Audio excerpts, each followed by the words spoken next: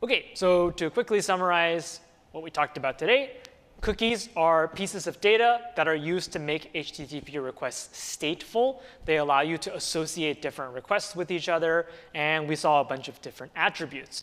We also saw the cookie policy, which is a little bit tedious to check, but the important thing to remember is it tells us what the server is allowed to set and what the browser is allowed to send.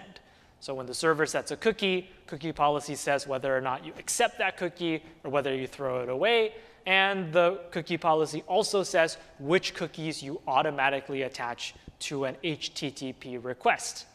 Then we said the cookies can be used to implement session authentication so that multiple requests come from the same logged-in user, and the server remembers the session token and maps it to you. So any request with that session token is associated with you.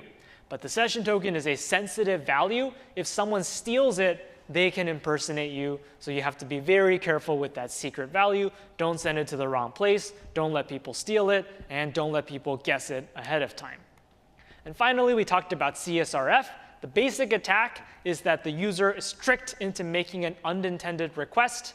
And the unintended request is forged by the attacker. And because the cookies are automatically attached, the request looks like the user made it on purpose. And you have to trick the victim into making a GET request or a POST request as part of this attack.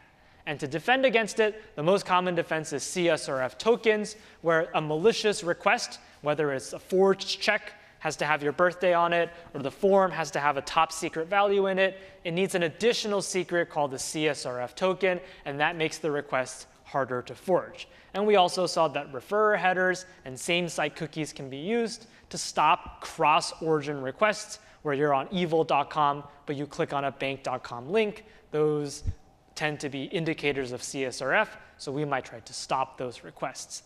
So that's it for CSRFs and cookies.